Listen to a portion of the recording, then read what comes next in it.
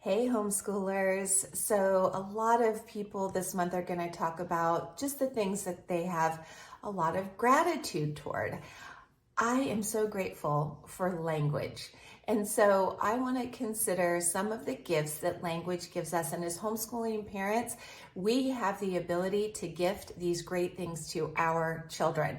So I want to talk today about figurative language. It's a gift. Figurative language is such a gift.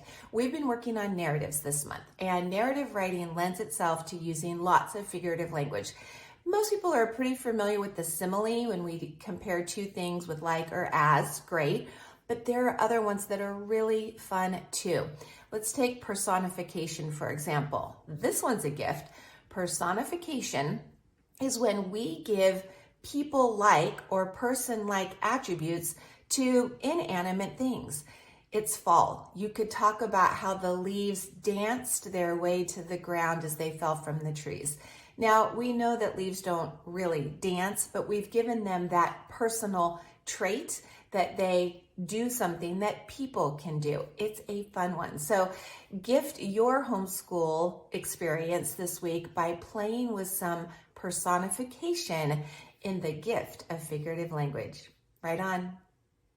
Hey homeschoolers, so let's talk about another gift of language. I'm going to stick with figurative language. It's really what we're practicing a lot this particular month. And so another great gift of language to practice would be the alliteration. Students love creating alliteration. So these are sentences where you have the repetitive sound, something like the sunset sparkled on the shimmering sea. You hear that repetitive sound time and time again. Use some alliteration when you're doing some writing. One, it makes it fun. And two, it makes it more interesting. So alliteration is another great gift of figurative language. Okay, one more this week for figurative language, gifting language, being grateful and having gratitude for the fun we can have with writing and language. So I have to share the hyperbole. The hyperbole is fabulous. Students love having fun with the hyperbole.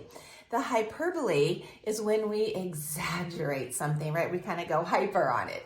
So if your child is like, Mom, you've told me 1,000,000 times to clean my room.